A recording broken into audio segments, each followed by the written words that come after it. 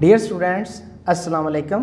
पाक junior school and college में खुश आमदीद। जैसा कि हम चैप्टर नंबर 14 जो है ना उसको पढ़ रहे हैं, आज का हमारा आर्टिकल होगा electrical energy and joules law. तो आर्टिकल नंबर 14.10 पे हम पहुंच चुके हैं।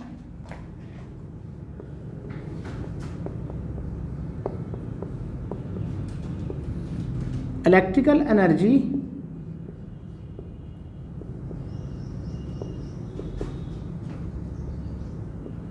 एंड जॉल्स लॉ, ये हमारा आर्टिकल होगा।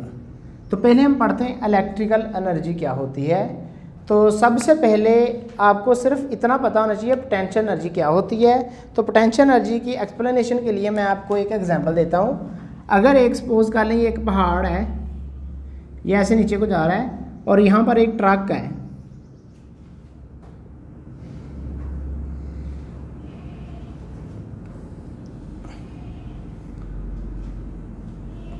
अब बेटा ये ट्रक जब नीचे को जाएगा, अगर यहाँ पर कुछ भी रखते हैं, यानी कि सपोज एक दरख्त है, यहाँ पर एक दरख्त है, तो क्या ये जब इधर को जाएगा ऑटोमेटिकली, इधर मैंने जाके छोड़ दिया है, इधर से इधर तक हम लेके गए हैं बजरिया एनर्जी सप्लायर, यानी कोई एनर्जी देने वाला सोर्स था जो इसको उठा के ऊपर ले गया, जैसे क्रेन है या कोई और चीज़ है।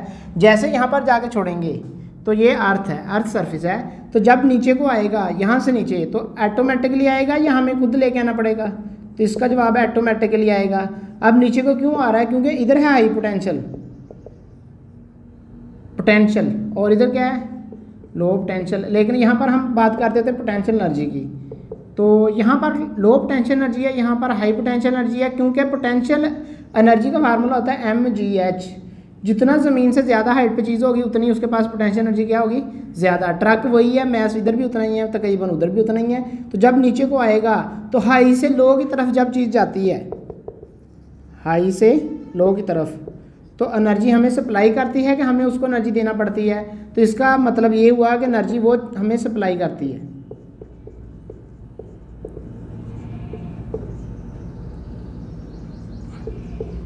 जो बॉडी आ रही है उसने एनर्जी हमें सप्लाई करनी है। अगर लो से आई जाना हो, यानी ट्रक को नीचे से ऊपर की तरफ लेके जाना हो, दरख्त बनाने का मकसद है, इसको जब छोड़ेंगे तो दरख्त के ऊपर वर्क करेगा कि नहीं?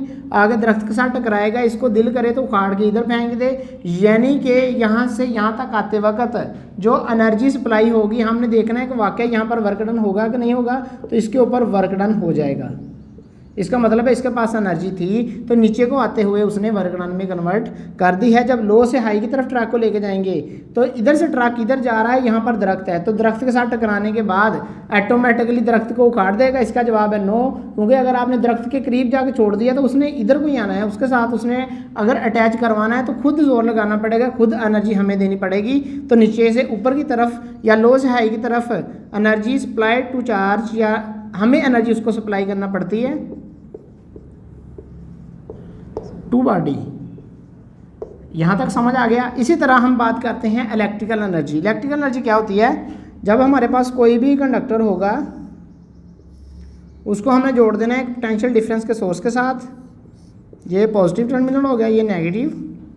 तो जैसे ही हम इसको पॉजिटिव और इसको नेगेटिव से जोड़ेंगे तो यहाँ से पॉजिटिव चार्ज इधर को मूव करना शुरू करते हैं। बिल्कुल ऐसे ही है जैसे ट्रैक नीचे को जा रहा है, यहाँ पर चार्ज इधर को जा रहे हैं। जब चार्ज इधर को मूव करते हैं तो हमें एनर्जी सप्लाई करते हैं, लेकिन वो एनर्जी कितनी होगी वो बताता है जॉल्स लॉ। लेकिन इलेक्ट्रिकल एनर्जी होती क्या है बेटा? जब हाई पोटेंशियल से लो पोटेंशियल की तरफ चार्ज मूव करता है तो वो एनर्जी हमें प्रोवाइड कर देता है। जैसे फिजिकली आपको यहाँ से मैंने समझा दिया कि जब बॉडी हाई से लो पोटेंशियल की तरफ जाती है तो ऑटोमेटिकली एनर्जी सप्लाई करती है। सिमिलरली यहाँ से जब हाई से लो की तरफ जाती है तो एनर्जी हमें सप्लाई कर देती है। वो एनर्जी उसके पास कहाँ से आती है? वो बैटरी दे के भेजती है। इसके पास एनर्जी कहाँ से आई? इसको पहले किसी ने यहाँ पर ले जा के छोड़ा है। अगर इसके पास एनर्जी ना होती तो ये वर्क डन नहीं करता।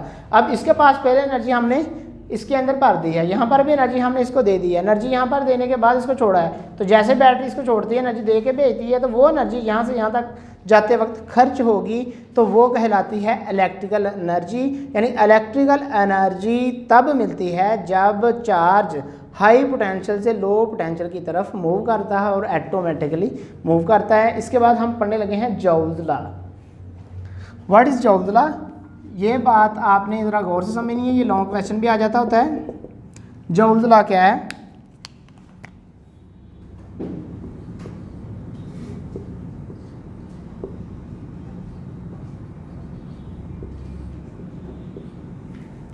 बेटा हमने यूनिट एक पढ़ा हुआ है, हमने पढ़ा था 1 वोल्ट बराबर किसके होता है? W बराबर होता है QV। ये फार्मूला याद रखना है। अगर V हमारे पास इसका वोल्ट, इसका यूनिट क्या होगा? 1 जूल पर कूलम। तो हमने फार्मूला याद रखना है 1 वोल्ट बराबर होता है 1 जूल पर कूलम। ये एक MCQ भी है, तो ये आपको पहले पता होना चाहिए कि 1 जूल कब होता है। 1 जूल पोटेंशियल तब होता है जब 1 कूलम चार्ज एक जगह से दूसरी जगह तक जाते वक्त हमें 1 जूल एनर्जी प्रोवाइड कर दे। तो बात मैं यहाँ से स्टार्ट करता हूँ जॉल्स लॉ की।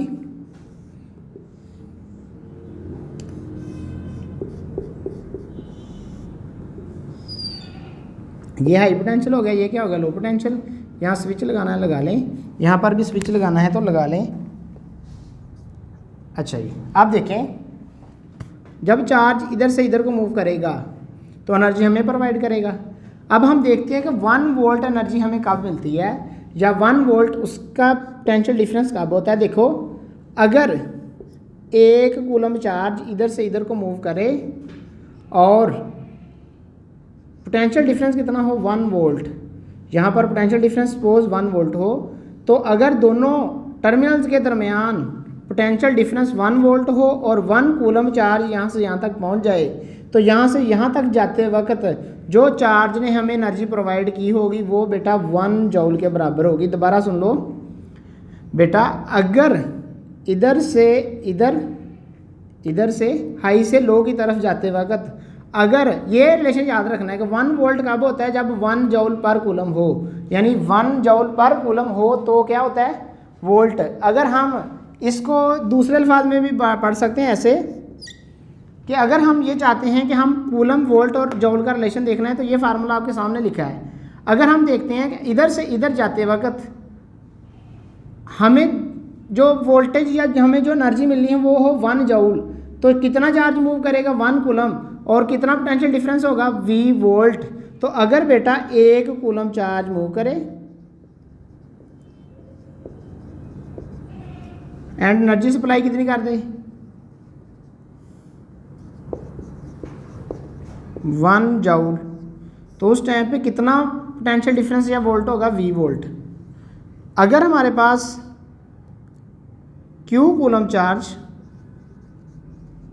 ये लिखा है 1 कूलम, अगर इसकी जगह हम Q कूलम कर दें, अगर Q कूलम चार्ज मूव कर जाए तो हमें कितनी एनर्जी देगा? यानी 1 कूलम चार्ज जब मूव करता है तो कितनी मिलते हैं? V वोल्ट मिलते हैं। अगर Q कूलम एनर्जी या Q कूलम चार्ज मूव करेगा तो यहाँ से कितना हमें मिलेगा? तो वो मिलेगी एनर्जी QV के बराबर।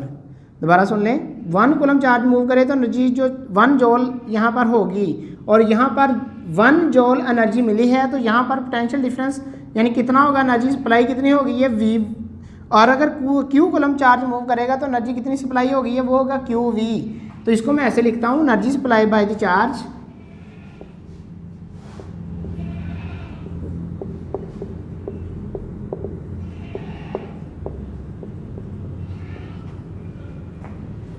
Q कूलम चार्ज वो कितनी होगी बेटा? वो होगी QV के बराबर। इसको एनर्जी सप्लाई बाय चार्ज को उतना ही, यानी हम W से शो कर सकते हैं क्योंकि ये उतनी ही एनर्जी होगी जितना वो वर्क डन कर सकता है। इसको लिखेंगे W बराबर QV, और इसको हम आगे मज़ीद हल कर सकते हैं। इसको नंबर 1 कह दिया। ये एनर्जी को मैंने वर्क डन लिख दिया है W, क्योंकि एनर्जी बराबर होगी वर्क डन के। हमें पता है I किसके बराबर होता है? Q/T के। तो यहाँ से हम निकाल लेते हैं Q किसके बराबर आएगा? I multiply by T। तो ये वैल्यू हम यहाँ पर यूज़ कर लेते हैं। W is equal to Q की जगह लिखेंगे हम I multiply by T multiply by V। उसके बाद हमें पता है V बराबर होता है IR, तो यहाँ से हम लिख देंगे I multiply by T multiply bye I multiply bye R। तो ये फार्मूला W बराबर आ जाएगा I square R into T। इसको हम कहते हैं जॉल्स लॉ। जॉल्स लॉ क्या कहता है ज़रा सुने।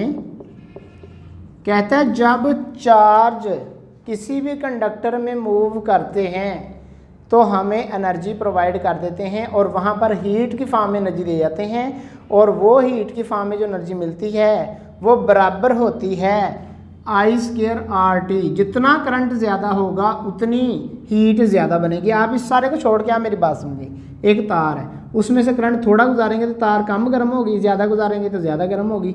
अगर इसकी रेजिस्टेंस ज़्यादा होगी तो तार ज़्यादा गर्म होगी, अगर रेजिस्टेंस कम होगी तो तार कम गर्म होगी। अगर टाइम ज़्यादा देर के लिए चलाएंगे तार को, मतलब सुने, पंखा सुबह से शाम तक चलाएं उसकी तार चेक करें, और 1-2 घंटे सिर्फ लाइट चलाएं उसकी तार चेक करें, तो जब आपने टाइम ड्यूरेशन भी बढ़ा देना है तो टाइम ड्यूरेशन से भी क्या हो जाता है, जो हीट जनरेट होनी है वो ज़्यादा हो जाती है। तो हीट जनरेट होनी है ना जो वायर के अंदर, वो बराबर होती है I²RT या कंडक्टर के अंदर। तो जब पंखे के अंदर से चार्ज Q कूलम गुजरता है तो इतनी हीट प्रोड्यूस कर देता है। वो हीट कहाँ जाती है, वो हीट पंखे को चलाने में लग जाती है और पंखा मूव करता है in the form of mechanical energy.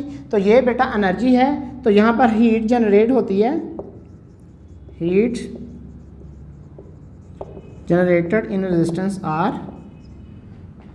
वो किसके बराबर होती है, I²RT। डिपेंड अपॉन करंट, दूसरा किस पे डिपेंड करती है, रेजिस्टेंस पे, और तीसरा किस पे डिपेंड करती है, टाइम ड्यूरेशन, कितनी देर करंट गुजरा है। तो ये हमारे पास किसका फार्मूला आ गया, जॉब्स लॉ का। इसको मज़ीद ऐसे भी लिख सकते हैं, अगर हम I की जगह V/R पुट कर दें तो यही फार्मूला बन जाता है। VW बराबर, इसकी जगह लिखेंगे V²/R², R इंटू टी, तो ये R से R कट जाएगा, ये बन जाएगा V²/R इंटू टी। ये फार्मूला भी इसी से बनता है अगर I की जगह यहाँ से V/R पुट कर दें। तो ये जॉब्स लॉ है जो हमें बताता है कि किसी भी कंडक्टर में जो हीट प्रोड्यूस होती है जब चार्ज वहाँ से गुजरता है Q कूलम, तो उस टाइम पे जो हीट होती है वो बराबर होती है I²RT के, और ये डिपेंड करती है करंट पे, रेजिस्टेंस पे और टाइम ड्यूरेशन पे। अल्लाह हाफिज़।